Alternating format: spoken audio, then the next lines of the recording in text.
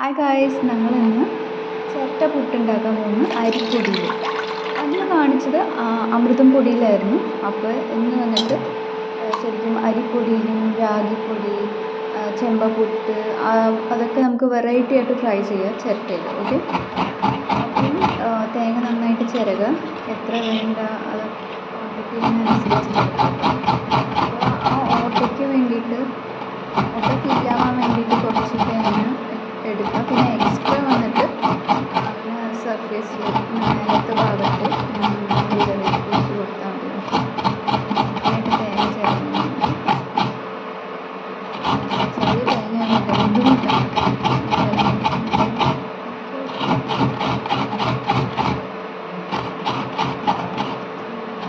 ഞാൻ കഴിഞ്ഞ വീഡിയോ ഒന്നും എടുത്തിട്ടുണ്ടായിരുന്നില്ല. അമൃതം പൊടിയിൽ ഉണ്ടാക്കിയ ചിരട്ടപ്പുട്ട് ഒരു ആൾ കണ്ടിട്ട് എനിക്ക് ഇഷ്ടപ്പെട്ടു.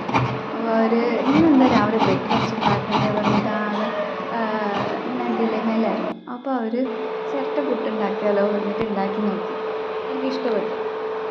അതുപോലെ നിങ്ങൾക്ക് എന്തെങ്കിലും ഫീഡ്ബാക്സ് ഒക്കെ ഉണ്ടാച്ചാൽ നിങ്ങൾ ഉറപ്പായിട്ട് എന്നെ അറിയിക്കണേ. കമൻറ്റ് ബോക്സിൽ ഇട്ടാൽ മതി. ഓക്കെ, അപ്പോൾ ഞാൻ ഇതേപോലെ ചിരട്ടയിൽ തേങ്ങ ഇട്ട് കുറച്ചിട്ടാൽ മതി കേട്ടോ, കുറേ ഒന്നും ഇടണ്ട. അതിന് ലൂസായിട്ട് വെതറിയിട്ട് ഇട്ടാൽ മതി. അങ്ങനെ നമ്മളിങ്ങനെ പുട്ട് പോലെ ഉണ്ടാക്കാറുണ്ട്, അതുപോലെ ഉണ്ടാക്കാം.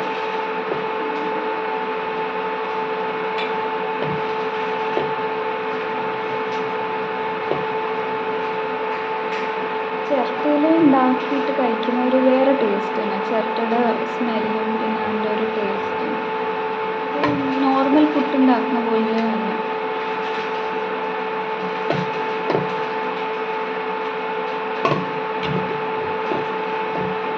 ഒരു ചിരട്ട, വലിയൊരു ചിരട്ട, അത് മതി നമ്മൾക്ക് ബ്രേക്ക്ഫാസ്റ്റ് ഒരാൾക്ക്. എത്ര ആൾക്കാരുണ്ട് അതിനനുസരിച്ചിട്ട് ഉണ്ടാക്കിയാൽ മതി കേട്ടോ.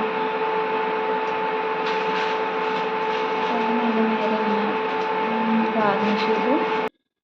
പിന്നെ ഓൾറെഡി ഞാനൊന്ന് ഉണ്ടാക്കി വെച്ചിട്ടുണ്ട്. അപ്പോൾ അത് നോക്കാണ്. നിങ്ങൾക്ക് കാണാൻ പറ്റില്ല ആ പുക ഇങ്ങനെ വരുന്നു, അതുപോലെ പുക പുറത്തേക്ക് വരുന്നു. നന്നായിട്ട് വന്നിട്ടുണ്ട്. ഉള്ളിൽ ആവി ഇങ്ങനെ വരുന്നുണ്ടോ? ചൂടുണ്ട്.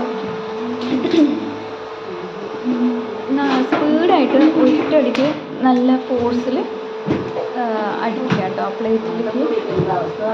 അപ്പം നല്ല നൈസായിട്ട് വന്നിട്ട് വരും.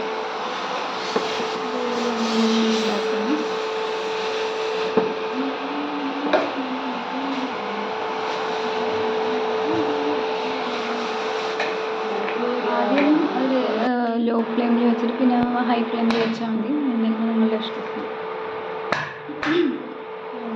റെഡിയായി. ഇതുപോലെ നമുക്ക് ചെയ്യാം. Thank you for watching.